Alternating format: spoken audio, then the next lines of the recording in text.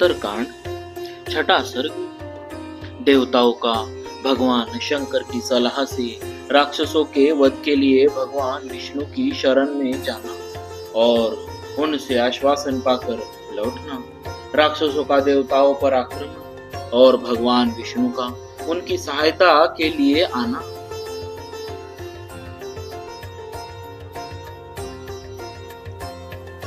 महर्षि अगस्त्य कहते हैं, रघुनंदन, इन राक्षसों से पीड़ित होते हुए देवता तथा तपोधन ऋषि भय से व्याकुल हो देवादिदेव महादेव जी की शरण गए, जो जगत की सृष्टि और संहार करने वाले अजन्मा अव्यक्त रूपधारी संपूर्ण जगत के आधार आराध्य देव और परम गुरु है। उन कामनाशक त्रिपुर विनाशक त्रिनेत्रधारी भगवान शिव के पास जाकर वे सब देवता हाथ जोड़ भय से गदगद वाणी में बोले, भगवान प्रजानाथ ब्रह्मा जी के वरदान से उन्मत्त हुए सुकेश के पुत्र शत्रुओं को पीड़ा देने वाले साधनों द्वारा संपूर्ण प्रजा को बड़ा कष्ट पहुंचा रहे हैं। सबको शरण देने योग्य जो हमारे आश्रय में थे, उन्हें उन राक्षसों ने निवास के योग्य नहीं रहने दिया, उजाड़ डाला। देवताओं को स्वर्ग से हटाकर वे स्वयं ही वहां अधिकार जमाए बैठे और देवताओं की भांति स्वर्ग में विहार करते हैं। माली, सुमाली और माल्यवान ये तीनों राक्षस कहते हैं, मैं ही विष्णु, मैं ही रुद्र, मैं ही ब्रह्मा तथा मैं ही देवराज, यमराज, वरुण, चंद्रमा और सूर्य। इस प्रकार अहंकार प्रकट करते हुए वे रण दुर्जय निशाचर तथा उनके अग्रगामी सैनिक हमें बड़ा कष्ट दे रहे हैं।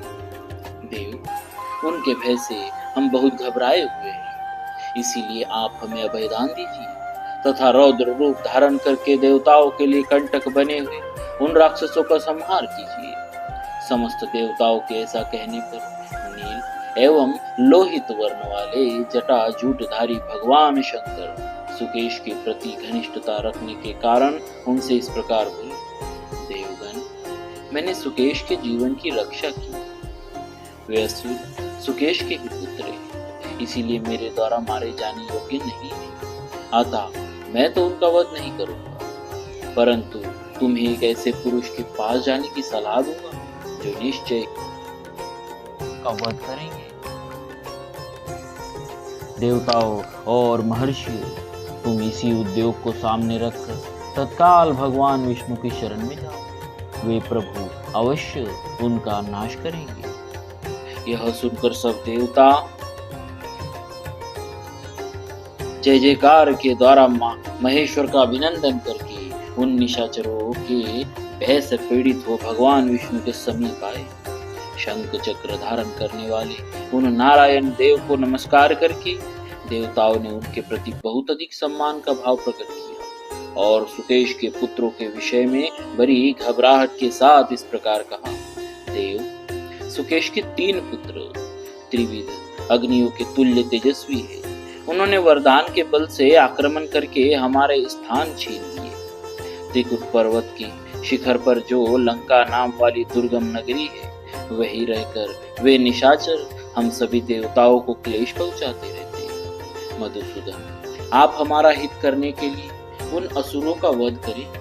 देवेश्वर, हम आपकी शरण में आए, आप हमारे आश्रयदाता हो। अपने चक्र से उन मस्तक काट कर आप यमराज को भेंट कर दीजिए। आपके सिवा दूसरा कोई ऐसा नहीं है जो इस भय के अवसर पर हमें अभयदान दे सके। देव, वे राक्षस मद से मतवाले हो रहे हैं, हमें कष्ट देकर हर्ष से फूले नहीं समाते हैं। अतः आप संग्रांगण में सगे संबंधियों सहित उनका वध करके हमारे भय को उसी तरह दूर कीजिए जैसे सूर्य देव कोहरे को नष्ट कर देते हैं। देवताओं के ऐसा कहने पर शत्रुओं को भय देने वाले देवादिदेव भगवान जनार्दन उन्हें अभयदान देकर बोले, देवताओं, मैं सुकेश नामक राक्षस को जानता हूँ। वह भगवान शंकर का वर पाकर अभिमान से उन्मत्त हो उठाए। उन पुत्रों को भी जानता हूँ, जिनमें माल्यवान सबसे बड़ा है। वे नीच राक्षस धर्म की मर्यादा का उल्लंघन कर रहे हैं, अतः मैं क्रोध पूर्वक उनका विनाश करूंगा। तुम लोग निश्चित हो जाओ। सब कुछ करने में समर्थ भगवान विष्णु के इस प्रकार आश्वासन देने पर देवताओं को बड़ा हर्ष हुआ। वे उन जनार्दन की बुरी बुरी प्रशंसा करते हुए अपने अपने स्थान पर चले गए। देवताओं के इस उद्योग का समाचार सुनकर निशाचर माल्यवान ने अपने दोनों वीर भाइयों से इस प्रकार कहा, सुनने में आया है कि देवता और ऋषि मिलकर हम लोगों का वध करना चाहते हैं। इसके लिए उन्होंने भगवान शंकर के पास जाकर यह बात कही। देव, सुकेश के पुत्र आपके वरदान के बल से उद्दंड और अभिमान से उन्मत्त हो उठे। वे भयंकर राक्षस पग पग पर हम लोगों को सता रहे। प्रजानाथ, राक्षसों से पराजित होकर हम उन दुष्टों के भय से अपने घरों में नहीं रहने पाते। त्रिलोचन, आप हमारे हित के लिए उन असुरों का वध कीजिए। दाहकों में श्रेष्ठ रुद्रदेव, आप अपने हुंकार से ही राक्षसों को जलाकर भस्म कर दीजिए।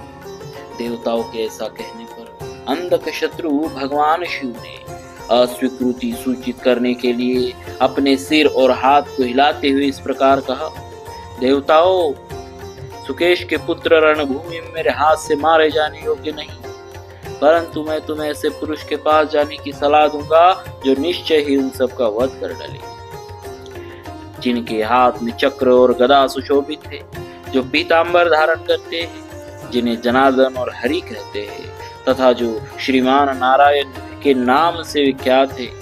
उन्हीं भगवान की शरण में तुम सब लोग जाओ।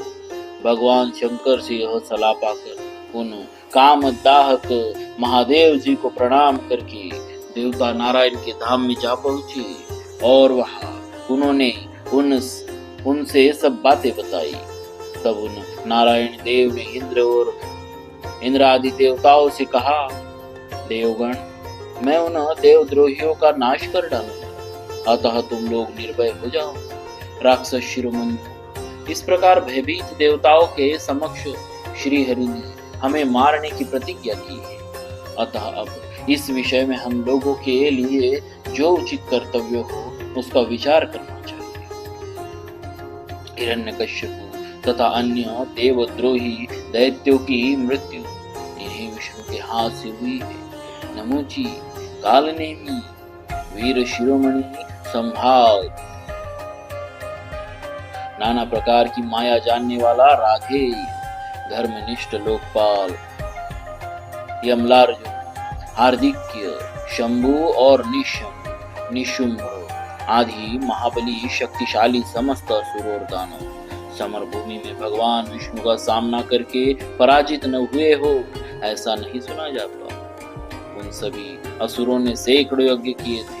वे सब के सब माया जानते थे। सभी संपूर्ण अस्त्रों में कुशल तथा शत्रुओं के लिए भयंकर थे।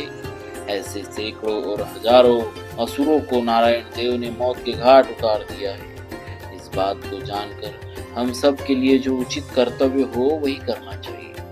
जो नारायण देव हमारा वध करना चाहते हैं उन्हें जीतना अत्यंत दुष्कर कार्य है। माल्यवान की यह बात सुनकर सुमाली और माली अपने उस बड़े भाई से उसी प्रकार बोले जैसे दोनों अश्विनी कुमार देवराज इंद्र से वार्तालाप कर रहे थे। वे बोले, राक्षस राज, हम लोगों ने स्वाध्याय, दान और यज्ञ किए, ऐश्वर्य की रक्षा तथा उसका उपभोग भी किया है। हमें रोग व्याधि से रहित आयु प्राप्त हुई है और हमने कर्तव्य मार्ग में उत्तम धर्म की स्थापना की है। यही नहीं, हमने अपने शस्त्रों के बल से देव सेना रूपी अगाध समुद्र में प्रवेश करके ऐसे ऐसे शत्रुओं पर विजय पाई है जो वीरता में अपना सानी नहीं रखते। अतः हमें मृत्यु से कोई भय नहीं है। नारायण, रुद्र, इंद्र तथा यमराज ही क्यों न हो, सभी सदा हमारे सामने खड़े होने में डरते हैं। राक्षसेश्वर, विष्णु के मन में भी हमारे प्रति द्वेष का कोई कारण तो नहीं है, क्योंकि हमने उनका कोई अपराध नहीं किया है। केवल देवताओं के चुगली खाने से उनका मन हमारी ओर से फिर गया है। इसीलिए हम सब लोग एकत्र हो आज एक दूसरे की रक्षा करते हुए साथ साथ चले और आज ही देवताओं का वध करने की चेष्टा करें, जिनके कारण यह उपद्रव खड़ा हुआ है। ऐसा निश्चय करके उन सभी महाबली राक्षसपतियों ने युद्ध के लिए अपने उद्योग की घोषणा कर दी और समूची सेना साथ में ले जंब एवं रुद्र आदि की भांति कुपित हो वे युद्ध के लिए निकले। श्री राम पूर्वोक्त मंत्रणा करके उन सभी महाबली विशालकाय राक्षसों ने पूरी तैयारी की और युद्ध के लिए कूच कर दिया।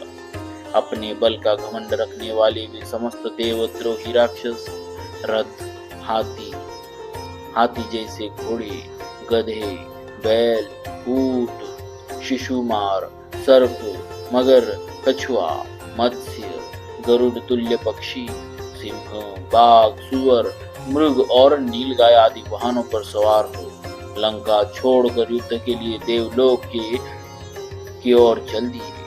लंका में रहने वाले जो प्राणी अथवा ग्राम देवता आदि थे वे सब अपशकुन आदि के द्वारा लंका के भावी विध्वंस को देखकर भयंकर अनुभव करते हुए मन ही मन खिन्न हो उठे।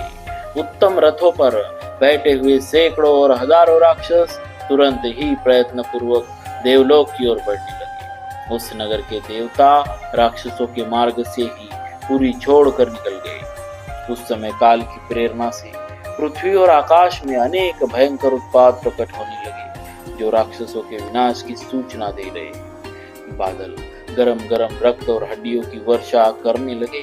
समुद्र अपनी सीमा का उल्लंघन करके आगे बढ़ गए और पर्वत हिलने लगे। मेघ के समान गंभीर ध्वनि करने वाले प्राणी विकट अट्टहास करने लगे और भयंकर दिखाई देने वाली गिद्दियां कठोर आवाज में चित्कार करने लगी। पृथ्वी आदि भूत क्रमशः गिरते विलीन होते से दिखाई देने लगे। गिद्धों का विशाल समूह मुख से आग की ज्वाला उगलता हुआ राक्षसों के ऊपर काल के समान मंडराने लगा। कबूतर, तोता और मैना लंका छोड़कर भाग चले। कौवे वही काव काव करने लगे, बिल्लियां भी वही गुर्राने लगी तथा हाथी आदि पशु आर्तनाद करने लगे। राक्षस बल के घमंड में मतवाले हो रहे थे। वे काल के पाश में बन चुके थे, इसीलिए उन उत्पातों की अवहेलना करके युद्ध के लिए चलते ही गए, लौटे नहीं। माल्यवान, सुमाली और महाबली माली ये तीनों प्रज्वलित अग्नि के समान तेजस्वी शरीर से समस्त राक्षसों के आगे आगे चल रहे थे। जैसे देवता ब्रह्मा जी का आश्रय लेते हैं, उसी प्रकार उन सब निशाचरों ने माल्यवान पर्वत के समान अविचल माल्यवान का ही आश्रय ले रखा था। राक्षसों की वह सेना महान मेघों की गर्जना के समान कोलाहल करती हुई विजय पाने की इच्छा से देवलोक की ओर बढ़ती जा रही थी। उस समय वह सेनापति माली के नियंत्रण में थी। देवताओं के दूत से राक्षसों के उस युद्ध विषयक उद्योग की बात सुनकर भगवान नारायण ने भी युद्ध करने का विचार किया।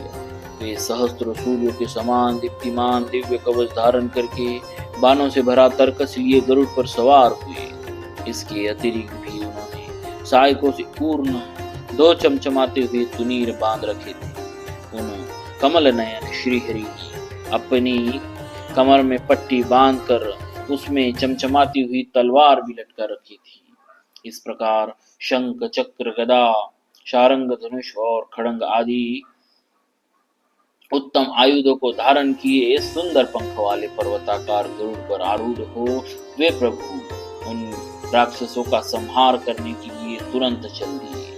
गरुड़ की पीठ पर बैठे हुए वे पीतांबरधारी श्याम सुंदर श्री हरि सुवर्णमय मेरु पर्वत के शिखर पर स्थित हुए विद्युत सहित मेघ के समान शोभा पा रहे थे।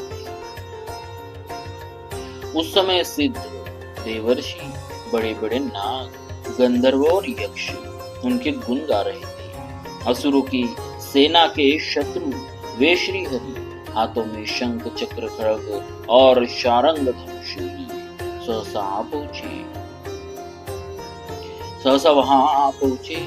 गरुड़ के पंखों की तीव्र वायु के झोंके खाकर वह सेना क्षुब्ध हो उठी। सैनिकों के रथों की पताकाएं चक्कर खाने लगी और सबके हाथों से अस्त्र शस्त्र गिर गए। इस प्रकार राक्षस राज माल्यवान की समूची सेना कांपने लगी। उसे देखकर ऐसा जान पड़ता था मानो पर्वत का नील शिखर अपनी शिलाओं को बिखेरता हुआ हिल रहा हो।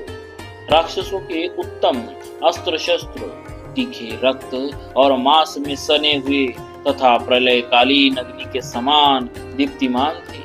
उनके द्वारा वे सहस्त्रों निशाचर भगवान लक्ष्मीपति को चारों ओर से घेर कर उन पर चोट करने लगे। इस प्रकार श्री वाल्मीकि निर्मित हर्ष रामायण आदि काव्य के उत्तरकांड में छठा सर्ग पूरा हुआ।